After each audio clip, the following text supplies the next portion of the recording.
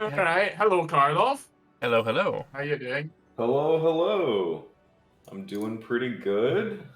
You're playing my I favorite missed tag. last session, which I hear was chaos, so I'm coming back and trying to figure out what happened. Yes, it certainly could be described quite accurately as chaos.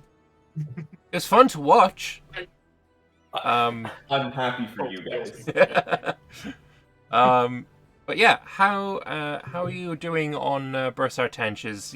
Are you treating my girl Celadora well? I think I am. She's still alive, which Perfect. is great. She survived the badness of Samartal, Perfect. which is good. I've lost 3 heirs so far, so she's outliving lots of siblings and children, which is, I'm sure, good for her mental health. Oh yes. Um, as for Oh the yeah, obviously. as for the country itself, I think we've got some hilarious opportunities here. I think, taking colonization and colonizing the Serpent Spine, definitely the right thing to do. Um, so we're gonna see what silly things come forth in this session. um, Um, I would like to also ask, like, how what, are you going to plan on trying to form the Phoenix Empire? Uh, With your I think Sariand and I have worked it out such that by the end of this, neither of us have 100 provinces, such that nobody gets to be the Phoenix Emperor. Um, but okay, that's one way to go about it. because here's the thing: if one of us is the Phoenix Emperor, that's completely unacceptable. I mean, then they're practically lording it over the other person. They're that's taking the true. title of Emperor.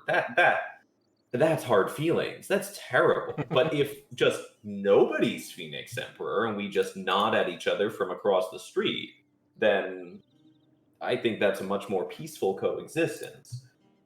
Perfect. So, Yeah, yeah, I don't know if that's gonna last, but by we'll the see. looks of it, it's not going to last at all because Sarian can just literally try and conquer the lands into the east and still form the Phoenix Empire. So you might need to Yep. do something about that. Yeah, Maybe. so I mean, I guess So we're away running out from of Bulwark to grab. so moving away from this game a second, can you tell people Yeah, what you work on in Anbennar? sure. So I am What? the writing lead and the Rahen lead. So I started out working on localization, and I built the Favored of the Gods system for Regent Court. Uh-huh. Um, and mostly I did that because it was really it was 3 events copied a ton of times, and I figured I could learn how to do that because I'm not very good at coding, and it was mostly just a mountain of localization. Right.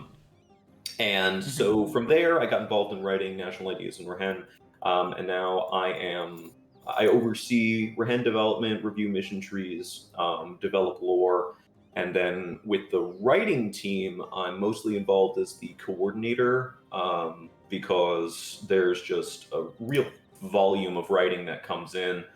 And so we have writing reviewers and writers, and I try to keep everybody appraised of what's going on, where we are with various pieces, and who needs help with what. So I've become a writing manager. Considering one of the strengths of Anbennar over pretty much every other mod that's ever been made for Paradox game is the writing. I feel like being the writing lead, that's kind of prestigious. And also a lot of responsibility, I imagine, That as well. that too. Yes. There is a decent amount of responsibility. So I mean, our process. I've never worked on another mod, so I don't know how different our process is. But we do have a writing review step. Lately, Altanim, who is one of our writing reviewers, has been doing the heaviest lift on that, and I want to acknowledge him here because he has absolutely been carrying the team. But yeah, I mean, we have writing guides where we try to explain to people what you're looking for and why when you're doing writing, teaching people how to vary diction, teaching people how to kind of be consistent with their verbiage and provide a reading experience that isn't just technically competent but also sounds right. And I think one of the things that we give feedback on the most, because Anbennar is such a global community, is how things sound to different linguistic base ears, right? Things from American speakers may sound different to the British ear or English as a second language. So trying to get people acclimated to what sounds right versus what doesn't is one of our challenges. Yeah. And you guys have a lot of interaction with the Chinese community, especially, I think? We do. On that front. We do, yeah. So the Chinese community is a great resource. I'm in the Hales channels a lot as Rahen lead, so they have their own, localization team, because I think they've localized Anbennar for Chinese standardized, or at least parts of it. And it's always great. We had a couple. God, is that a couple years back now? Wow, I'm old. A couple years back, we had a whole discussion with them about how some of the things we had named places in Yanshan didn't mean what we thought they meant. The classic example was there was a place that we were trying to name after a spring because it's like a holy water source, right? And it was we had named it after the mechanical spring that bounces, not the spring from which water flows, right? So having those linguistic bases is critical. They provide a ton of support on what flags should look like, what characters we should use. So it's great to have them, and they're a godsend for us. I kind of low-key really want there to be a situation whereby if Verkal Ozavar occupy or takes and controls that province of the water spring, it gets reverted back to its old name with the mechanical spring, because dwarves, I just think that'd be really funny to have that localization. I would honestly say Mechanum more than that, honestly, than dwarves. If Mechanum get the province, then they should be able to do that. Look, I'll support that. I'm here for that. That sounds hilarious. Or gnomes. Let's drop it in the suggestions board, and when Inzia comes out, we'll... Hey, we don't need to drop it in the suggestions board. Remember, everything that's said on stream is canon, so yeah, that's canon. Any time a Mechanum or Dwarf Nation conquers that province, they just get the decision to rename it to Mechanical Spring, and there we go. Let's go the whole way. If you have your artificers above 75 influence, it gets renamed. Something crazy. Why not? This all sounds reasonable to me. Yeah, no, I see no issues with any of this. So what was your first project then when you became writing lead? Like, what was the first kind of things that you worked on? So for me, like, writing lead is a weird one, because it doesn't necessarily have so Anbennar's team structure, right, is you have contributors, and then you have contributors who are core for a region, which is mostly just an acknowledgement of you doing good work there consistently. And you kind of get brought in on some of the internal discussions when we start bandying about crazy ideas in the core channels. Then you have reviewers who look at stuff and try to create the best possible content. And then you have the leads who are final say, lore organizers. Writing doesn't have a whole lot compared to some of the leads who really determine the direction of the region. Because how do you determine the direction of writing? So the two things we've really done was, since I became writing lead, was we have updated the onboarding experience and the contributors log in order to make it easier for people to understand, how do you get experience in Anbennar, right? People show up and they want to do something big. And we love when they want to do something big, because we love that passion, and harnessing that passion is how we are able to create the best possible experience. The problem we run into a lot is that if people want to start with the gigantic mission tree for their first contribution, oftentimes it takes a lot of reviewer time, and we've seen, unfortunately, a lot of people wind up dropping these. So we want to get people started on smaller projects first, where they can gain experience, learn how to code, learn kind of how we review, do events, or do national ideas. And alongside that, we released a whole bunch of updated writing guides, advice on how long should things be? What are you looking to do? What tone are you trying to capture? And then the other thing I did as writing lead is I've reorganized a writing review system. So before, the writing review system was people would ping writing reviewers, and then it would get lost in the void. Now I have added, I've built a new basically project tracking system to make sure that if you get lost in the void, you can yell at the person who was supposed to review your thing. Sometimes that's me, because I get very distracted.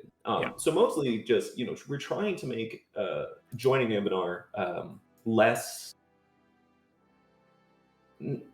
daunting of a terrifying thing. I've had multiple people come and say to me, like, yeah, I logged into the server and I saw that there were about 100 channels and 3 million threads, and I panicked and left. So trying to provide some sort of way for people to feel like, oh yeah, I can do this, I understand what I have to do. That's the goal. What is the process like for reviewing a mission tree then? Is it a case of you doing it in chunks as it's being written, or would you be given, here is a new mission tree that I have made, it's finished from start to finish, review please? Like, what was the process like? That's a great question. So what we do, mission trees go through 3 steps of review, which some people have pointed out is a lot, and they're not wrong. But mission tree review starts with regional review. So you show up and you propose themes for a tag, right? You are going to say, hey, I think this is a really cool tag, and I think that these are my ideas for like some of the stuff we could do in a mission tree. This is how I see the tag.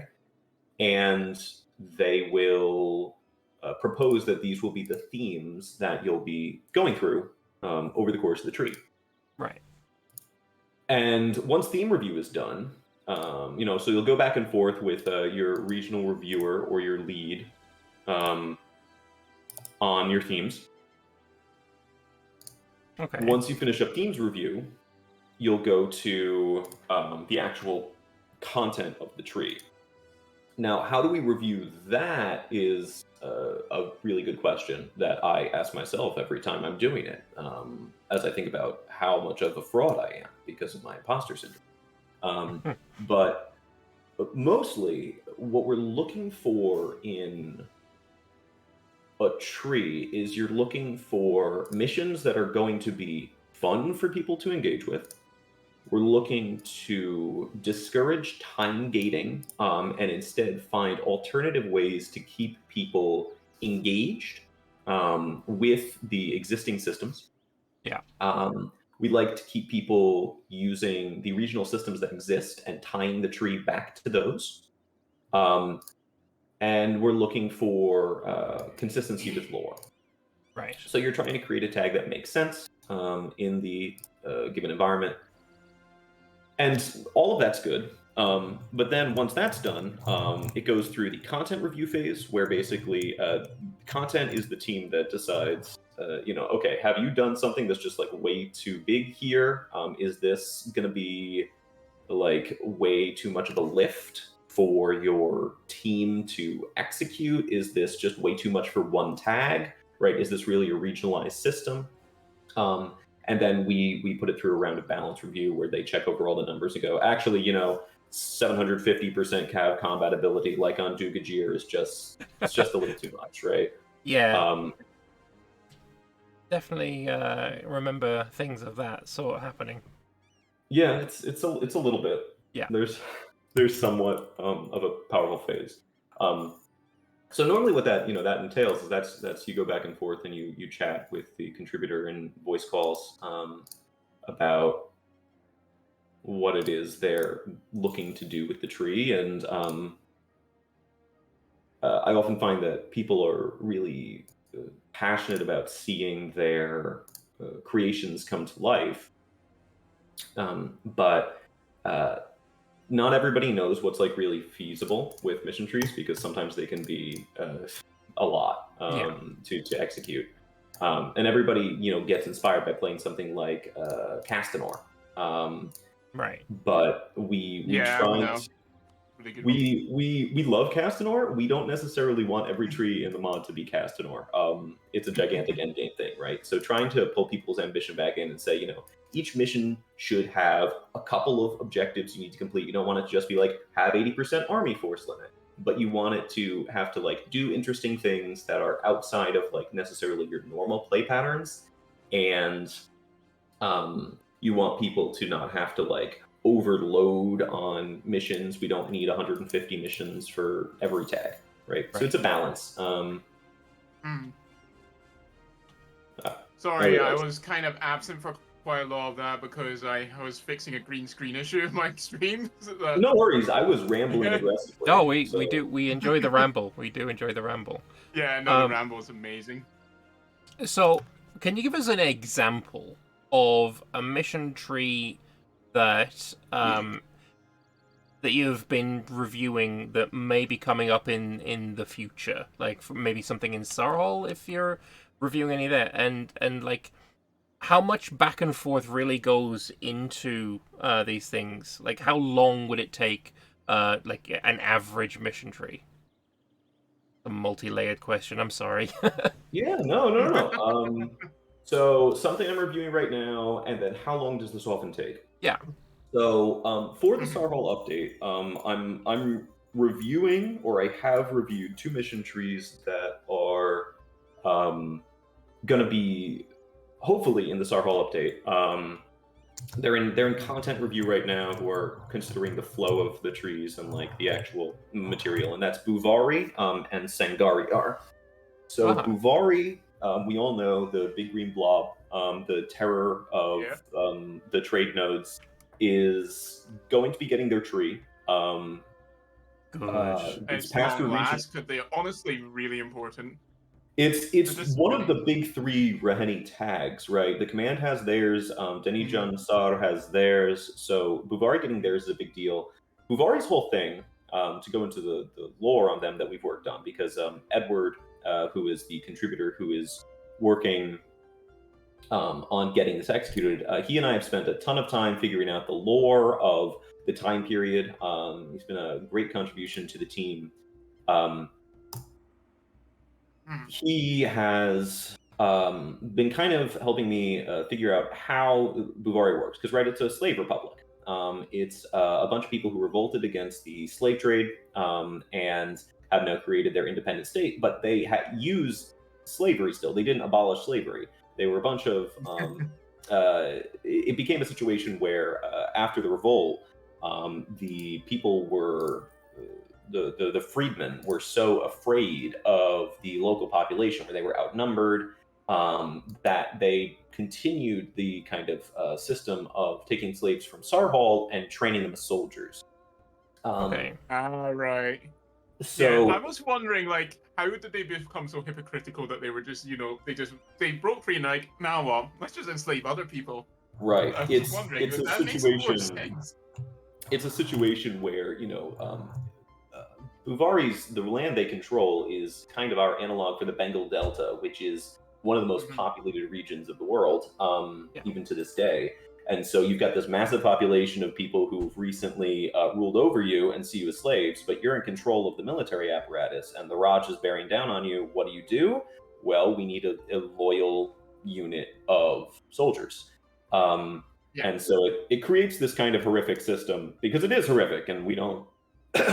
nobody's really challenging that it's not a good thing. Nobody endorses slavery on these right. streams. No, we often joke, like, Rahen is like, wow, we've done a whole lot of work to create really just one of the most horrific societies ever. Why did we keep doing this? We've got this racial-based caste system, and there's slavery, and the fascist hobgoblins in the north. So yeah, it's not good. It's not endorsement.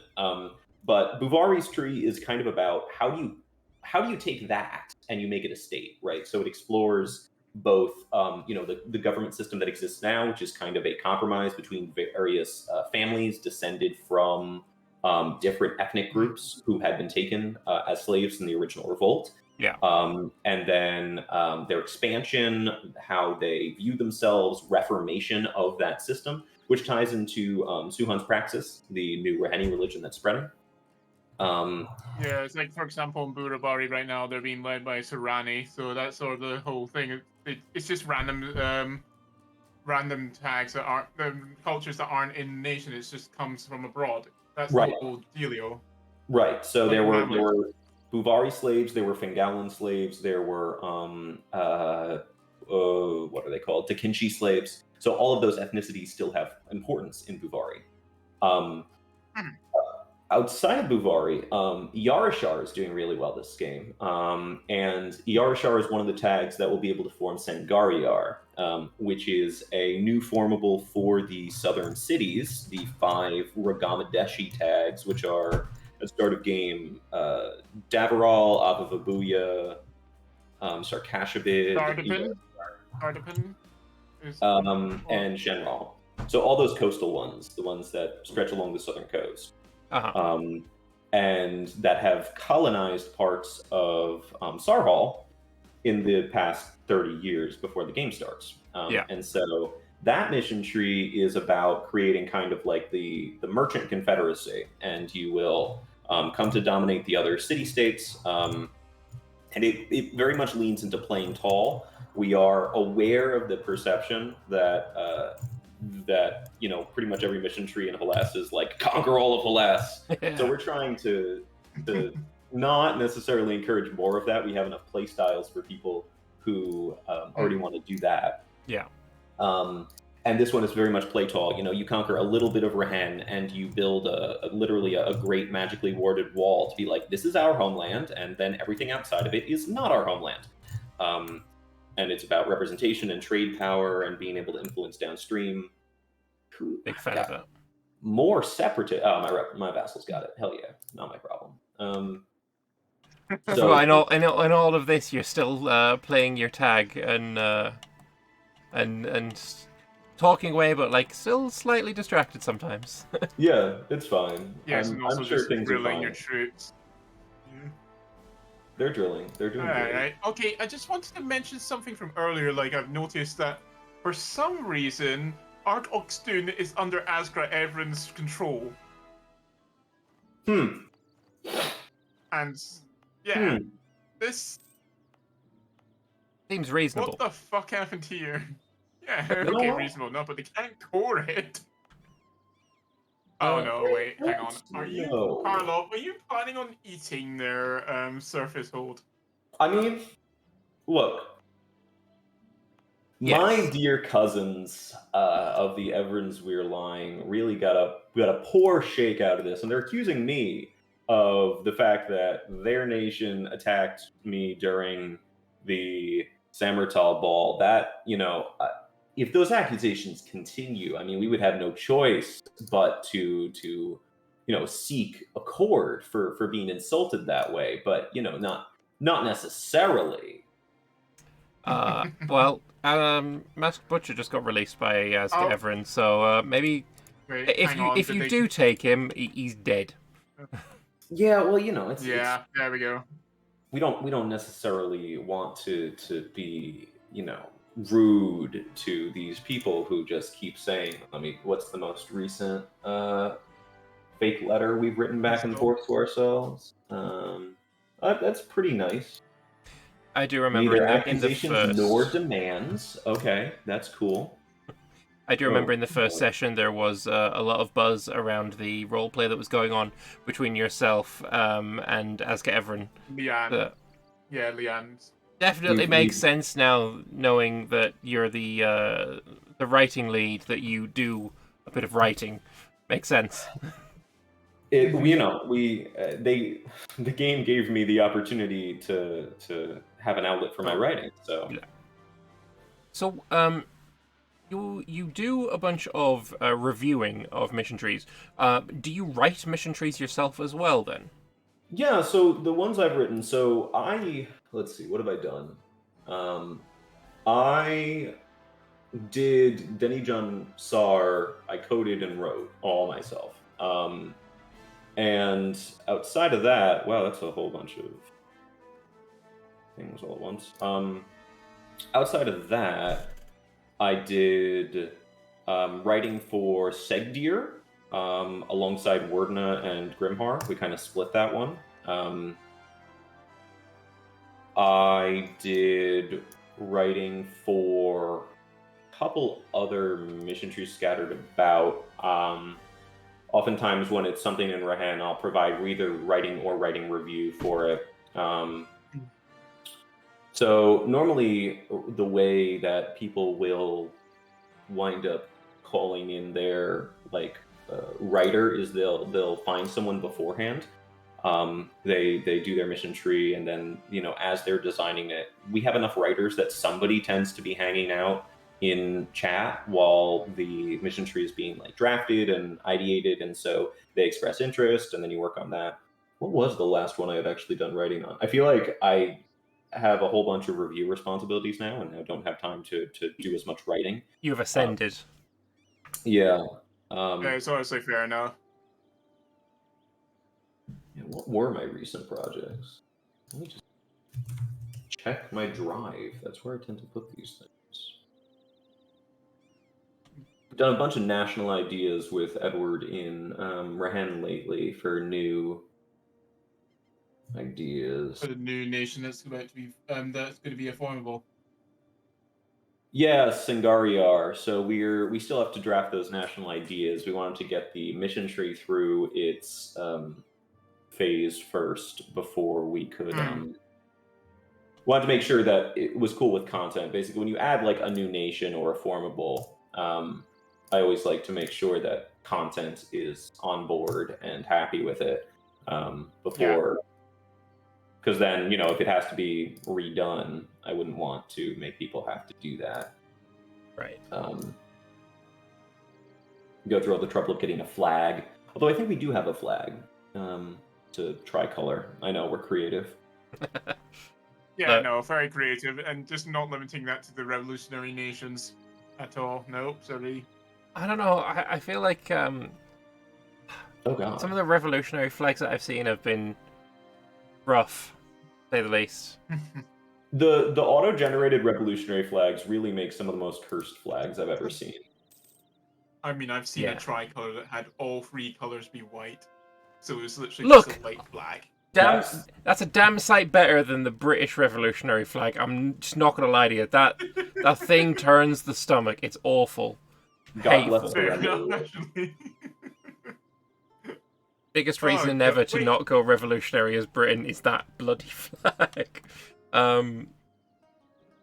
Yeah, so say there was somebody who was looking at Anbennar, they've been playing a while, and they see a tag that, they've got a cool flag, their national IDs are cool, but they don't have a mission tree. That kind of sucks. I have ideas. How would they go about from that stage to actually writing something and making a mission tree? Yeah, so what you would do is if this is your first contribution to Anbennar, you would go through onboarding, which is you either do write some national ideas or write an event, often flavor events. There's something we're always looking for more of. We have a ton of different religions and culture groups in this game that don't have a whole bunch of unique flavor, and so it's always good to try to get regional flavor. Once people do that or some other onboarding task for their region, such that we know, hey, you're gonna follow through on something if you do it, what you do is you will check the onboarding sheet just to make sure that this isn't some tag that requires more experience. Like, for example, if you want to do something like the hold that just got eaten, the Dwarven hold, which is Argordston, they're a big, important power. And so Auris asked that, Auris, who is the Dwarvar lead, asked that, somebody who's done at least one other mission tree do this one, right? Right. So once you do that, you show up, and we have a template that you fill out, which is here are my themes for the tag, and you justify it based on, this is what's in the national ideas. I think that these things would be cool, and here's how we would try to mechanically implement it. And then you ping the reviewers for the area, and you just kind of start a conversation with somebody of so what do you mean by this? What's going on with this? It's pretty casual.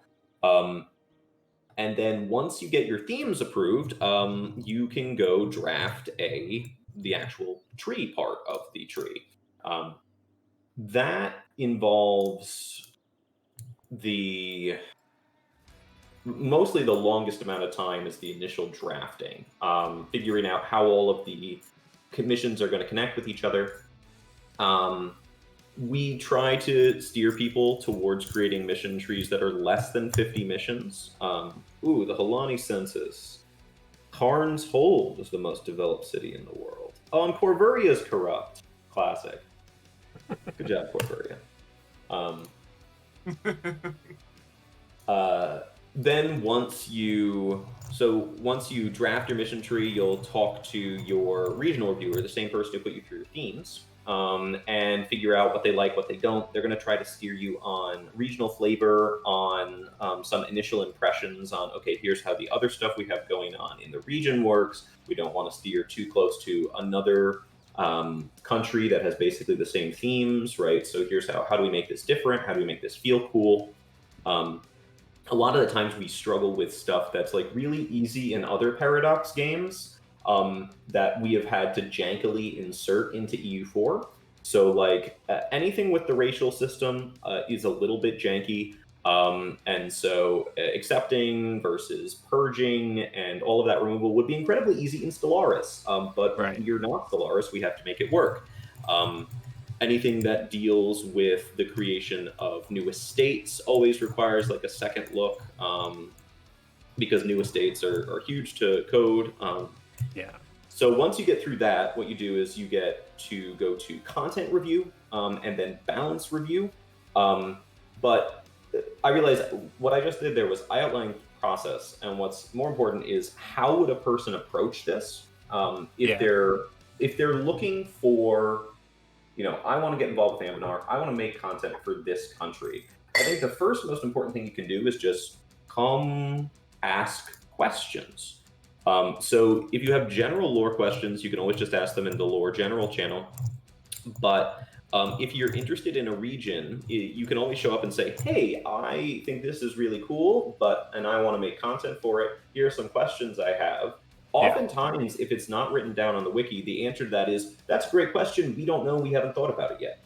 For example, I had someone in the Rahen channel who recently showed up and was really interested in theology for high philosophy, and has now just kind of run with some of the questions she was asking. We've got like a 30-page new lore document written as a book all about high philosophy and the cool stuff that it does there.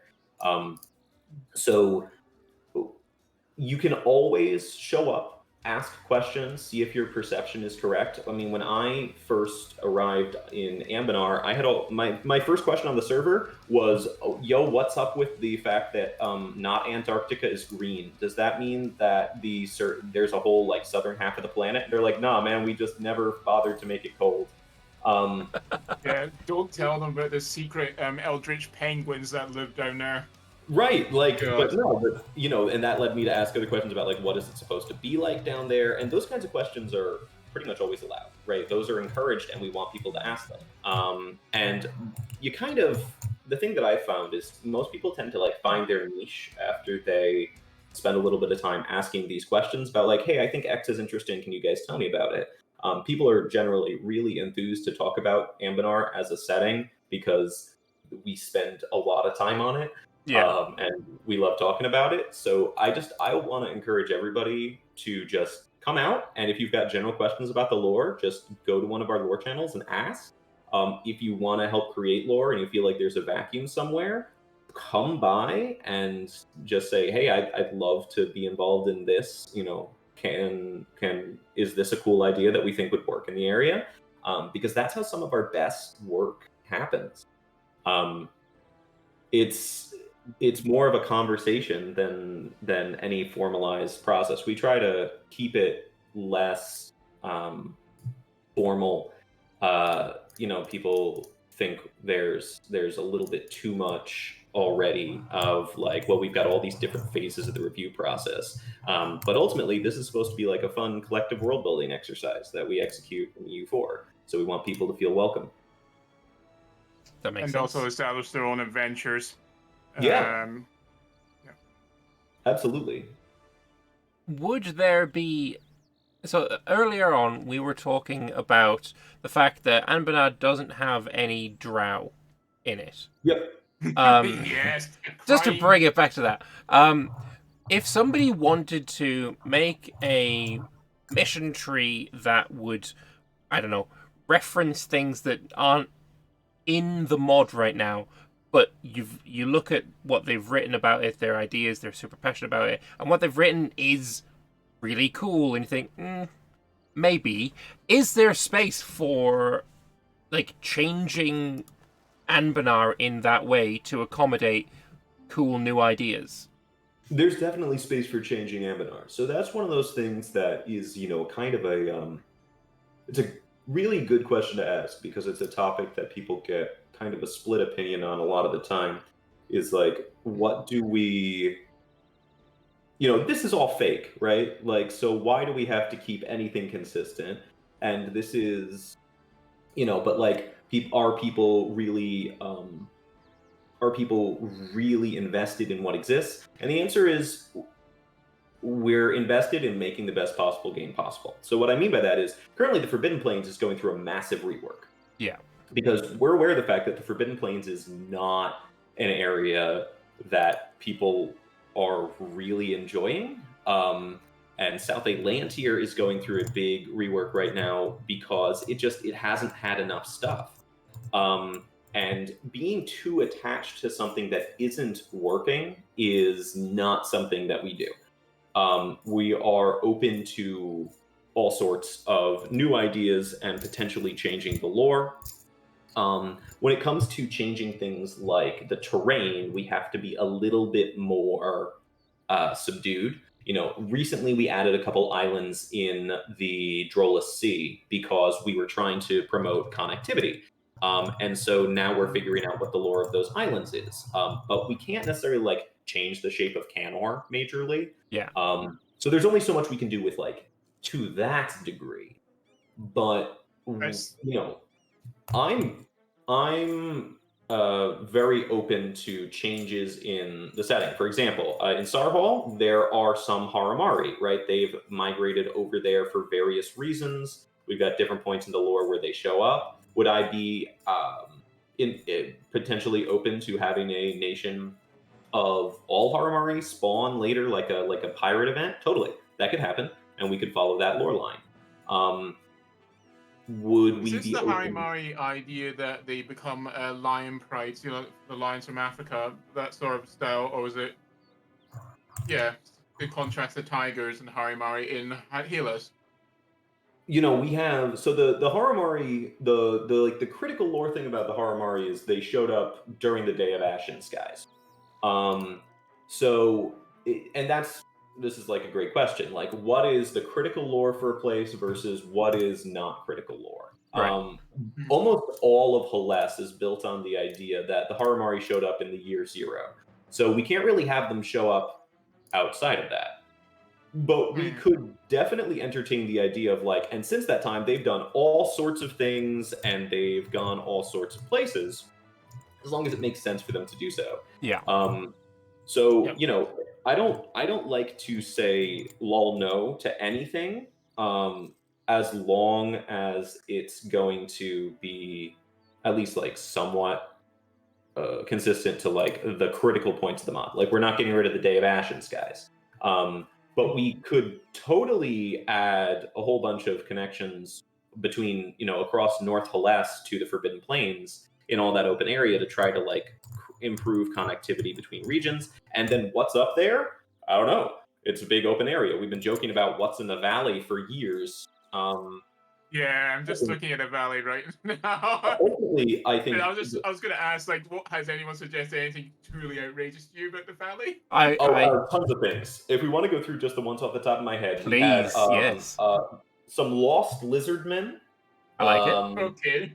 We have, so there's some lost lizardmen, kobolds who are adhering to some other dragon who we haven't yet figured out. We had Fey centaurs. That was one of my ideas. We've had Fey-aligned centaurs who are trying to reconnect to the Fey and teleport over there. We had ideas for Siberian tiger Haramari up there. We had ideas. Yep. We had ideas for all sorts of different ogre ideas, different types of hobgoblins. And what's some of the weirder stuff? Because there were some that were just like really out there. Yeah, what was it? I remember Tibetan ogres being one of them. Tibetan ogres. Or... Yep. Yeah. Oh no, I remembered. Sorry. Precursor elves from a different planet who had like sky ships and have come back through the portal.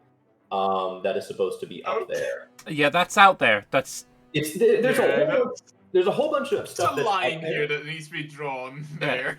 There's a whole bunch of stuff that's out there, but the important thing is I'm amenable to listen to those ideas. Yeah. Right, and we do have areas of the map that are still blank canvas. So I do want to encourage people to be like, hey, would X work? Now, I generally acknowledge people when they're coming up with a cool, crazy idea to at least search for keywords related to your idea on the Discord before, so that you don't have the 74th conversation about something. Because having the 74th conversation about something, even with a new contributor, tends to be how people get unreasonably upset when people who don't know something ask a question about it. And I always try to not do that, right? It's people don't know. So we explain and we're patient. But I like to spread the message of always just do a little bit of research first. Yeah, I just went and searched for how many results there are, how many hits there are for Drow in the Anbennar Discord.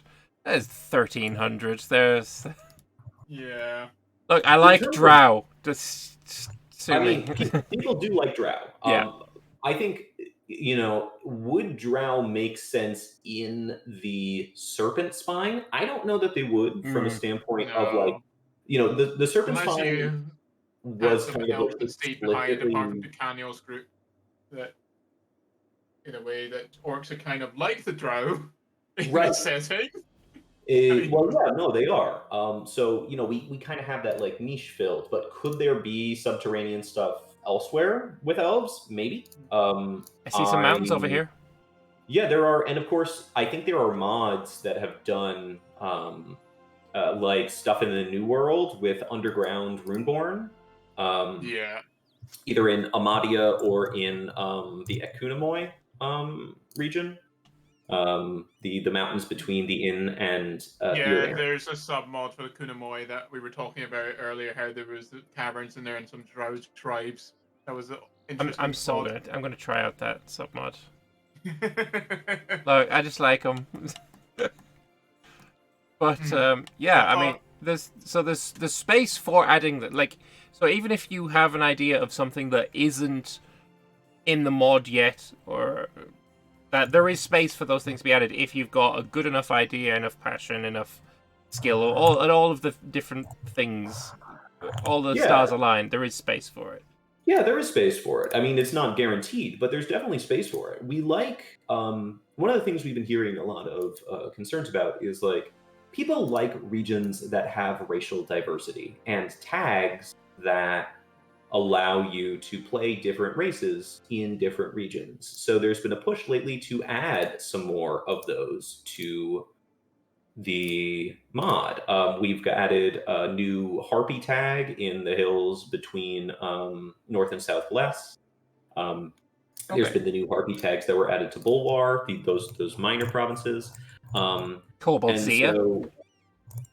Sorry, what? There's a new kobold tag in the Zia.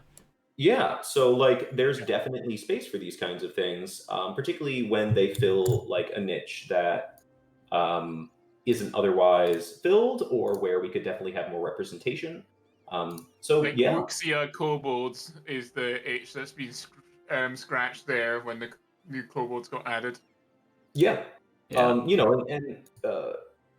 There is always a little bit of like why not this, right? But the worst thing that can happen is that you say, well, why not this? And then you ask and it gets denied. That's really the worst thing that can happen. So Not like the developers are going to go to your house and murder your families. For Right, asking exactly. I So- try not to track down people and brutally bludgeon them for suggesting that we should maybe improve things. You know, he's not managed it so far, but he's trying. I'm trying. I've only done it twice. Yeah. What? So yeah, exactly. There's definitely space. We want to hear your ideas. Is there an example of that? Of something that has come along and is not a part of the mod, and somebody's come up with an idea for that? Do you have any examples? Morodic Hot Springs is my example. Mechanim, maybe some stuff in Insia. I'm imagining. Well, yeah, most of Insia is, it's still very up in the air as opposed to what can be there. And so a lot of that cool stuff is definitely part of it. I would say, like, examples recently, or recent-ish. So Haragsada, the Kavangaga religion, so that, like, other Gnollish religion. Yeah. That's like focused on like recycling and scavenging and like making new stuff. That was part of like a big effort to make gnolls not one note, right? Gnolls have the possibility of being seen as like very much like, oh yeah, the gnolls, they worship demons and they have nothing else going on for them. But we like to steer away from a whole species. Stereotypes. Yeah, we like a whole species to not be seen as doing exactly one thing. Yeah. Because that's not how it tends to work, right? So we're very open to that kind of thing. Outside of the stuff in Peless, we've had some major redefines of how like the lizards work in their like city-state organization, and their starting setup has been changed. What were some tags that are new? There's been some talk of adding harpies to Garudia as like Valhalla migrating harpies, which sounds pretty dope. I'm honestly in favor of that, because just having Garudia be a bit more diverse than just orc, half orc, half orc. As it eventually ends up being, it needs to have a bit more of a variety there. Right. So that's something that's definitely like in discussion about getting added to make it more distinct and more flavorful. I'm personally in favor of having orcs that split apart become reavers instead of becoming Grombar up there, because Viking orcs is an image I like. Well, yeah, there's definitely. I think at one point there was a question of whether or not we could have a like Garudian adventurer in the Broken Sea up north of Elantir. It would be interesting if they had an orcish theme. But there's cool. So those are like tag changes. As for like small improvements, the suggestion board does yield good changes pretty often. So yeah, that's what I've got off the top of my head. I like it.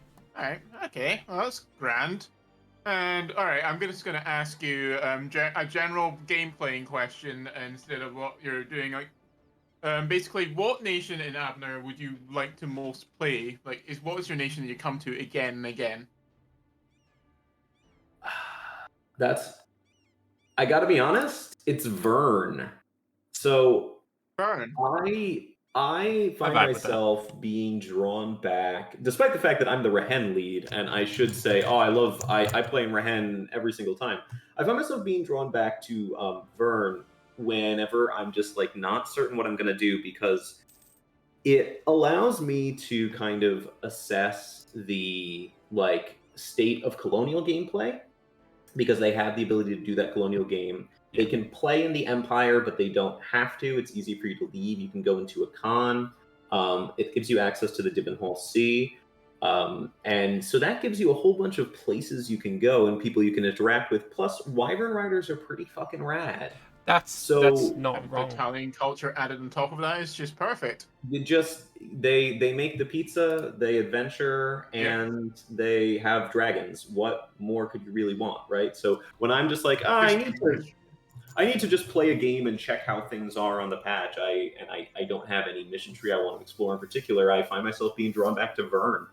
I don't really have anything like that for Anbennar or for EU4, but Alright, so definitely your tag to go back to is always going to be Fern in Canor.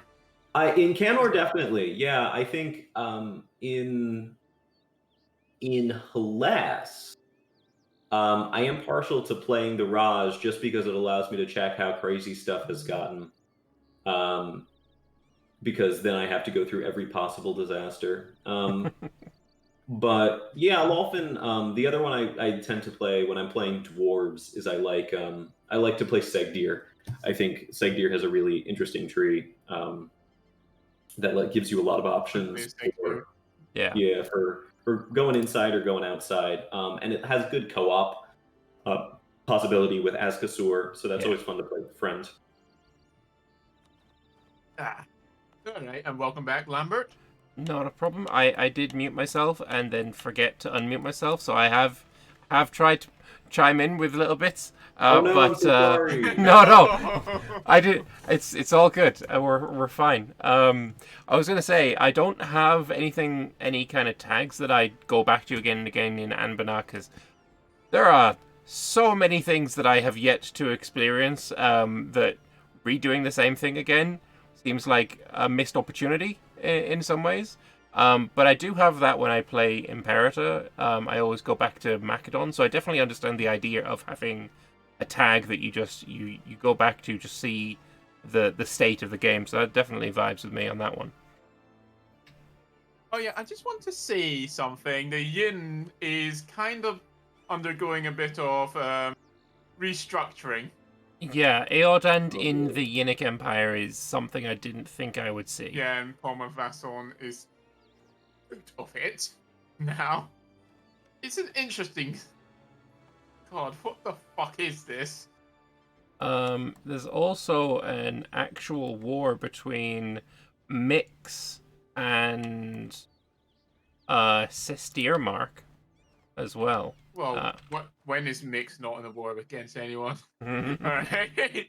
Anyway, Karlov, I'd like to thank you for giving us the opportunity to interview, pick your brain about both the game and what you do.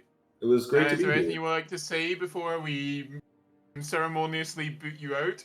Oh, well, thank you for warning me of the ceremonial booting that will be happening soon. No, I want to encourage everybody to come by and give it a shake. Come by with your questions and come by with your cool ideas. This is a community project, and we're not no matter how ridiculous they are. Yeah, I mean, just bear in mind, you might be mocked in off-topic about your ideas. That's just something you're going to have to live with. No. We can't scare people away yet. We can't scare people away yet. So yeah, we always want new ideas, and we're always happy to listen. And so I love it when new folks come by and are passionate to work. It's how we get this stuff done. And if you love this game, come by. A suggestion, or have you got any suggestions for tags that we should check out? Just throw one out there. Something you want people to go look at. What are some really cool tags that I think people should look at? I think if you are a player who loves a challenge and a challenging start, I think Theodan is a tag you should really look into. Just because they start sandwiched between Jadari and Zaka and have to win that war with whoever's there in order to thrive. So if you're a player who likes a challenge, I think they're really cool. And if you're a player who likes a very alternate playstyle, I do recommend Verkal Azovar, where you stay as one province the whole time, because it's a gameplay experience that you're not going to get elsewhere. That's very true. All right, thank you very much. It's been an absolute pleasure to have you here. It's been great to be here. Thanks, guys. Cheers. All right, commence the unceremonious booting. Oh no! Bye.